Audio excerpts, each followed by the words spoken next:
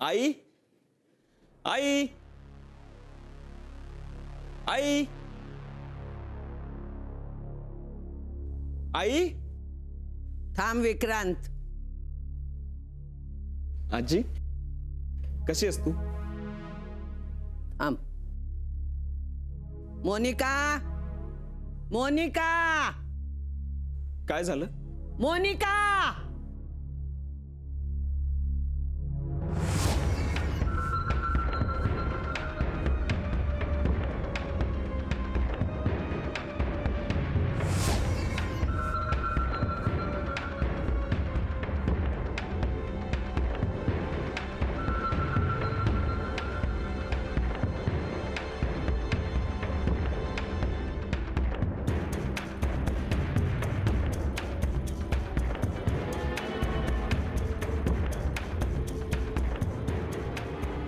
तुम्ही सगळे जमलात ते बरं झालं. नाही म्हणजे एकाच वेळी सगळ्यांना कळेल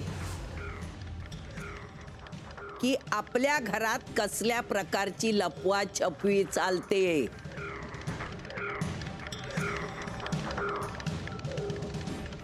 तिच्याकडे बघू नकोस. माझ्याकडे बघ. आजी मला प्लीज सांगतेस का काय झालंय? मी काहीही बोलणार नाही.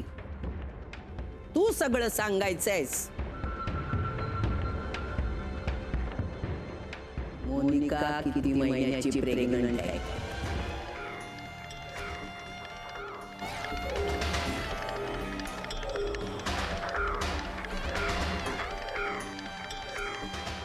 बोल. मी काय विचारते त्या प्रश्नाचं उत्तर दे.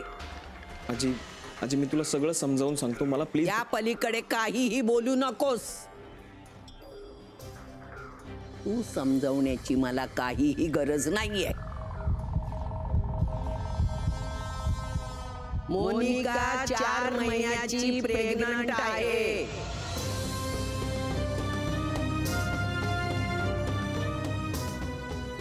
हो की नाही? हो.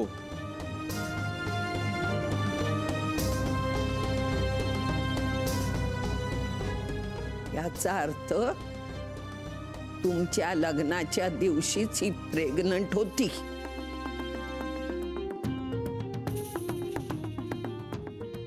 बोल ना. बरोबर?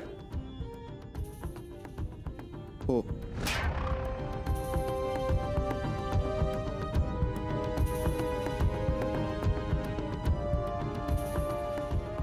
लग्नाच्या आधी तुम्ही भेटला होतात.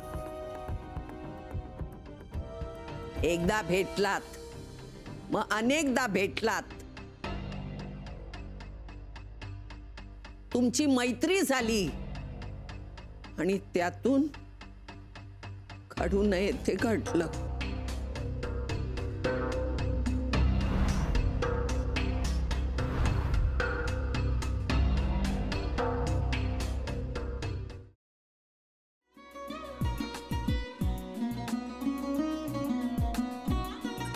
लावू का? असाच लावू ना.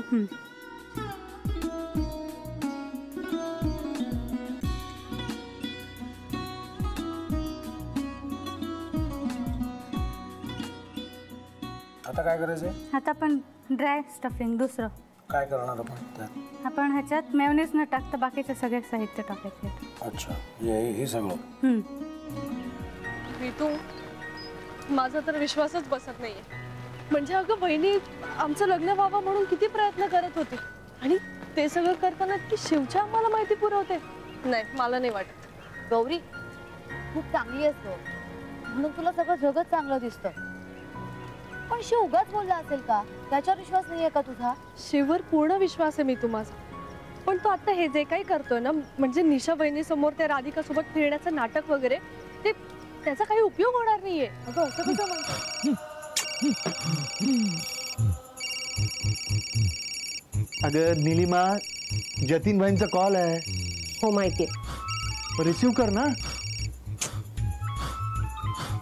अगं बघ कट झाला.